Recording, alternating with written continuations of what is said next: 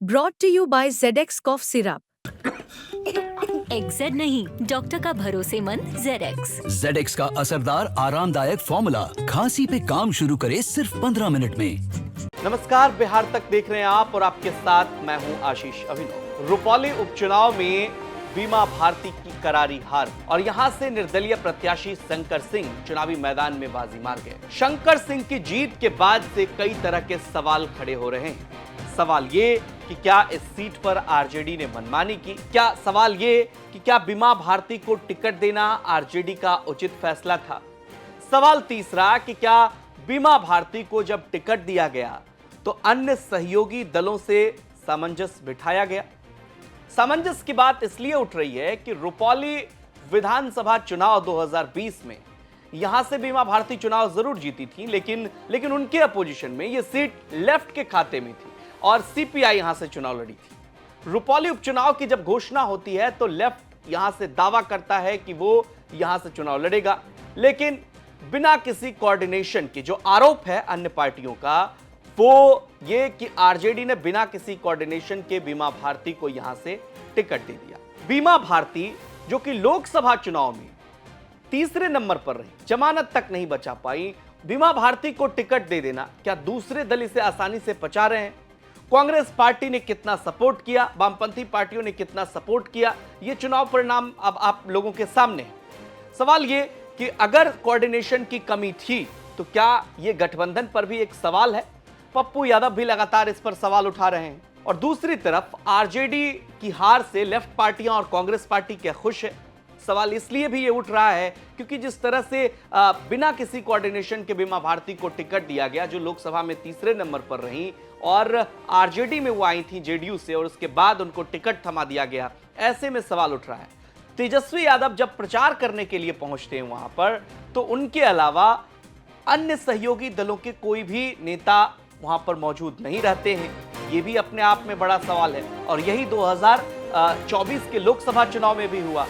तो ऐसे में कांग्रेस पार्टी के लिए और लेफ्ट पार्टियों के लिए यह मौका जरूर मिल गया है कि वो आरजेडी पर इस बात का दबाव बनाए कि अब आपकी मनमर्जी नहीं चलेगी, ऐसा कहा जा सकता है। क्योंकि लोकसभा चुनाव के जो परिणाम रहे वो परिणाम आरजेडी के लिहाज से हो या कांग्रेस पार्टी के लिहाज से हो, इतने बेहतर परिणाम उसे नहीं कहे जा सकते। हालांकि 9 सीटें जरूर इंडिया गठबंधन के खाते में आई और एक निर्दलीय पप्पू यादव पूर्णिया से चुनाव जीते, लेकिन कहा यह जा रहा है कि अगर सही कोऑर्डिनेशन होता, जैसा कि राजनीतिक विश्लेषकों का मानना है, तो ये सीटें और बढ़ सकती थी। अब सवाल यह कि 2025 के विधानसभा चुनाव में क्या होगा? जो कोऑर्डिनेशन की कमी 2024 में या रुपौली उपचुनाव में देखने को मिला, क्या यही कोऑर्डिनेशन की कमी 2025 में भी देखने को मिल सकती है? और अगर ऐसा होता है तो अन्य सहयोगी दल जो हैं, क्या वो इस तरह से तैयार होंगे?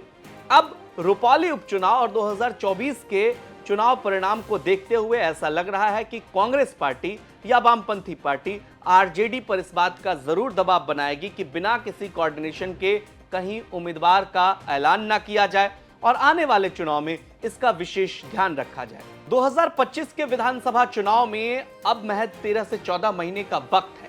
अगर इसे ऐसे समझे तो यहां से अगर कोई कोऑर्डिनेशन की कमी होती है तो तेजस्वी यादव का जो एक मुख्यमंत्री बनने का सपना है वो एक बार फिर से लंबा खिंच सकता है। और यह देखना दिलचस्प होगा कि इंडिया गठबंधन के अलावा एनडीए गठबंधन में भी रुपौली सीट इस बार जेडीयू के खाते में नहीं गई है।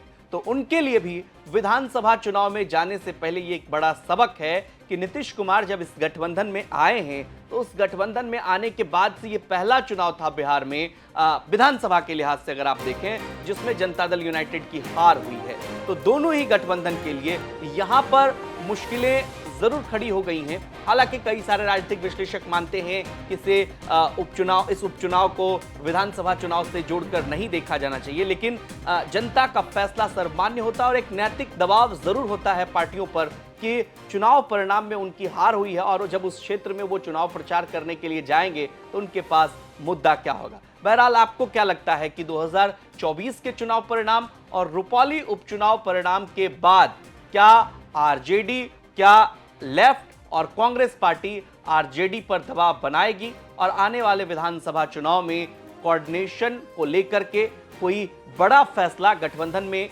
लिया जा सकता है? कमेंट कर हमें जरूर बताइए और बिहार की तमाम खबरों के लिए आप देखते रहिए बिहार तक।